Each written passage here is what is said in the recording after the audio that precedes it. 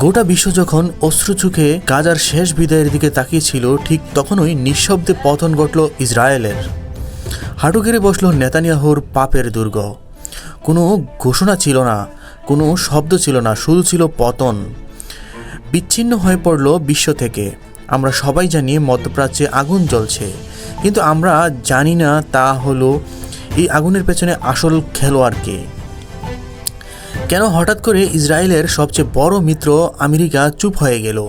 কেন ইসরায়েলের দুর্দর্শ গোয়েন্দা সংস্থা মোসাদ এবং অপরাজয় সেনাবাহিনী থাকা সত্ত্বেও প্রধানমন্ত্রী নেতানিয়াহুকে সংবাদ সম্মেলন করে নিজের পরাজয় আর বিশ্ব থেকে বিচ্ছিন্ন হয়ে পড়ার কথা স্বীকার করতে হলো?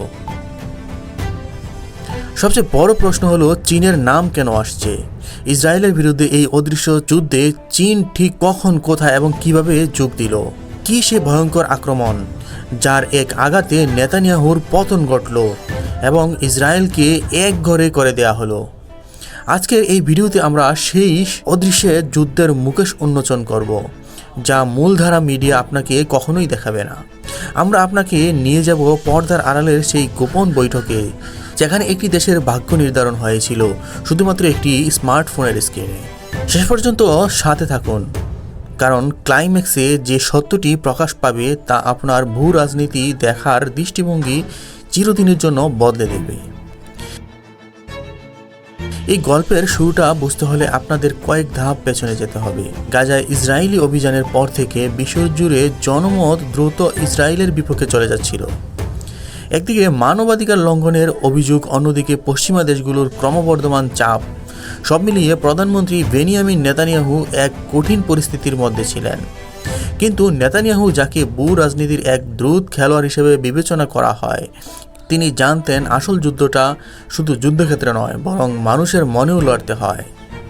তিনি প্রকাশ্যে অভিযোগ করতে শুরু করেছেন যে কাতার এবং চীনের মতো দেশগুলো বিলিয়ন বিলিয়ন ডলার খরচ করে পশ্চিমা মিডিয়াকে নিয়ন্ত্রণ করার চেষ্টা করছে। কিন্তু বিশেষ করে টিকটকের কথা উল্লেখ করেন, কারণ তিনি বুঝতে পেরেছেন যে তরুণ প্রজন্মের কাছে পৌঁছানোর জন্য এর চেয়ে শক্তিশালী মাধ্যম আর নেই। তিনি তার দেশের নিরাপত্তা সংস্থাকে নির্দেশ দেন এই ইনফ্লুয়েন্স অপারেশন মোকাবেলা করার জন্য পাল্টা ব্যবস্থা নিতে। নেতানিয়াহু বিশ্বাস করতেন তিনি এই ডিজিটাল যুদ্ধটাও জিতে যাবেন।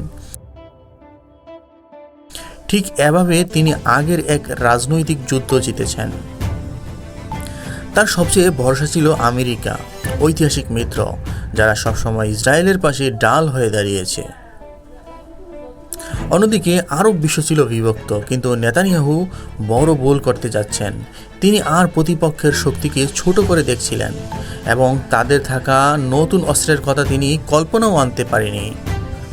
সে অস্ত্র কোনো মিসাইল বা পারমাণবিক বোমা ছিল না, ছিল তার চেয়ে ভয়ঙ্কর কিছু। নেতানিয়াহু যখন ডিজিটাল দুনিয়ায় যুদ্ধের প্রস্তুতি নিচ্ছিলেন, তখন তার প্রতিপক্ষরা মাঠের খেলায় প্রথম চালটি দিল।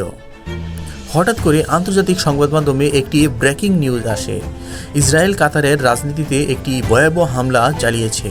খবরটি দাবানলের মতো ছড়িয়ে পড়ে, কিন্তু এখানে একটি রহস্য ছিল। হামলার কোনো সুস্পষ্ট প্রমাণ ছিল না, কোনো স্যাটেলাইট ইমেজ বা হতাহতের চিহ্ন খবরও ছিল না। ইসরায়েল তাৎক্ষণিকভাবে এই অভিযোগ অস্বীকার করে, কিন্তু তাতে কিছু আসে যায় না। যা হওয়ার তা হয়ে গিয়েছিল, চালটি দেয়া হয়ে গিয়েছিল। এই একটি খবরের প্রতিক্রিয়ায় যা ঘটল তা ছিল অভাবনীয়। কয়েক ঘন্টার মধ্যে গালফ কোঅপারেশন কাউন্সিল সিজিসি একটি জরুরি বৈঠকে বসে। জিসিসি ঘোষণা করে যে কাতারের উপর এই হামলা সব সদস্য রাষ্ট্রের উপর হামলা হিসেবে গণ্য করা হবে এবং তা তাদের জয়েন্ট ডিফেন্স মেকানিজম স্বয়ংক্রিয় করবে। অর্থাৎ এটা ছিল ইসরায়েলের বিরুদ্ধে সম্মিলিত সামরিক পদক্ষেপের একটি প্রচ্ছন্ন হুমকি। এখানেই শেষ নয়, এরপর আনুষ্ঠানিক হয় আরব ইসলামিক সামিট। মুসলিম বিশ্বের নেতারা এক সুরে ইসরায়েলের নিন্দা জানায় এবং কাতারের পাশে দাঁড়ানোর অঙ্গীকার করে। প্রতিবেশী মিশর থেকেও আসে কঠোর হুঁশিয়ারি। জেনারেল সামির ফারাক বলেন, যদি ইসরায়েল মিশরে থাকা হামাস সদস্যদের উপর হামলা করে, তবে পুরো মিশরীয় সেনাবাহিনী সিনাই উপত্যকায় প্রবেশ করবে এবং ইসরায়েলের সাথে শান্তি চুক্তি তাৎক্ষণিকভাবে বাতিল করা হবে। বাইরে যখন এই কূটনৈতিক জ্বর উঠেছে, তখন ইসরায়েলের ভেতরেও শুরু হয়েছে ভাঙন। টাইমস অফ ইসরায়েলের এক ফাঁস হওয়ার রিপোর্ট অনুযায়ী ইসরায়েলের ডিফেন্স ফোর্সের chief of staff lieutenant general Eyal Zamir যুদ্ধকালীন মন্ত্রিসভার বৈঠকে চিৎকার করে ওঠেন।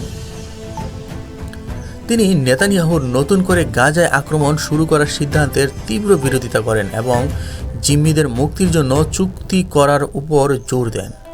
তিনি মুসাদ প্রধান এবং জাতীয় নিরাপত্তা মন্ত্রীর মতো শীর্ষ কর্মকর্তাদের সঙ্গে বিতর্কে জড়িয়ে পড়েন। এটা প্রমাণ করে নেতানিয়াহুর আগ্রাসী নীতি তার নিজের সেনাপ্রধানও আর সমর্থন করছিলেন না। তিনি ক্রমশ একা হয়ে পড়ছিলেন। নেতানিয়াহু হয়তো ভেবেছিলেন বরাবরের মতো এবারও আমেরিকা তাকে বাঁচিয়ে নেবে। তিনি ওয়াশিংটনের দিকে তাকিয়েছিলেন এবং সমর্থনের জন্য। কিন্তু এবার ওয়াশিংটন থেকে যে বার্তাটি এলো তা ছিল একটি বজ্রপাতের মতো। হোয়াইট হাউসের বাইরে সাংবাদিকদের এক প্রশ্নের জবাবে মার্কিন প্রেসিডেন্ট ডোনাল্ড ট্রাম্প শুধু একটি বাক্য বললেন, একটি ছোট কিন্তু মারাত্মক বাক্য: নেতানিয়াহু আর কাতারকে আঘাত করবে না। এই কথাটির মধ্যে কোনো অনুরোধ ছিল না, ছিল একটি সুস্পষ্ট নির্দেশ। আমেরিকা তার সবচেয়ে বড় মিত্রকে জানিয়ে দিল, অনেক হয়েছে, এবার থামো। এই একটি বাক্যই ছিল পুরো খেলার টার্নিং পয়েন্ট। ভূরাজনীতির দাবার বোর্ডে নেতানিয়াহুর রাজা চেকমেট হয়ে গিয়েছিল। তিনি বুঝতে পারলেন তার সবচেয়ে বড় রক্ষক কবচটি আর নেই। এরপর যা ঘটল তা ছিল নেতানিয়াহুর জন্য একটি দুঃস্বপ্ন। যে ইসরায়েল নিজেকে মধ্যপ্রাচ্যের অপ্রতিদ্বন্দ্বী শক্তি হিসেবে দাবি করত, তারা প্রথমবারের মতো অনুভব করল বিশ্ব থেকে সম্পূর্ণ বিচ্ছিন্ন হয়ে যাওয়ার যন্ত্রণা। নেতানিয়াহু নিজে স্বীকার করতে বাধ্য হন যে ইসরায়েল এক ধরনের বিচ্ছিন্নতার মধ্যে প্রবেশ করছে। তিনি দেশের অর্থনীতিকে এই নতুন পরিস্থিতির সাথে খাপ খাইয়ে নেয়ার জন্য প্রস্তুত হতে বললেন। এটি ছিল একজন দম্ভিত নেতার পরাজয় মেনে নেওয়ার ভাষণ। এই ঘটনার ফলে বিশ্ব রাজনীতিতে ক্ষমতার ভারসাম্য নাটকীয়ভাবে বদলে গেল। লাভবান হলো কারা?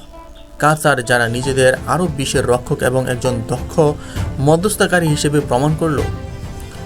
তুরস্ক এবং ইরান, যারা ইসরায়েল বিরোধী শিবির নতুন শক্তি পেল। এবং অবশ্যই চীন, যে পর্দার আড়াল থেকে পুরো খেলাটি নিয়ন্ত্রণ করল। ক্ষতিগ্রস্ত হলো কে?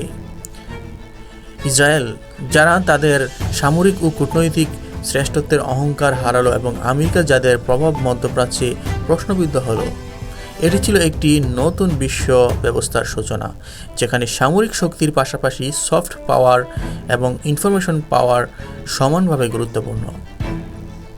কিন্তু প্রশ্ন হলো, কেন সব কিছু এত দ্রুত ঘটল? এর পেছনে আসল খেলাটা কি ছিল? উত্তরটা হলো অর্থনীতি। নেতানিয়াহু শুধু রাজনৈতিক সমালোচনা নিয়ে চিন্তিত ছিলেন না, তার আসল ভয় ছিল অর্থনৈতিক নিষেধাজ্ঞা বা ইকোনমিক্যাল আইসোলেশন। আধুনিক বিশ্বে কোনো দেশ একা চলতে পারে না। ইসরায়েলের প্রযুক্তি, কৃষি এবং প্রতিরক্ষা শিল্পে বিদেশের বাজারের উপর নির্ভরশীল।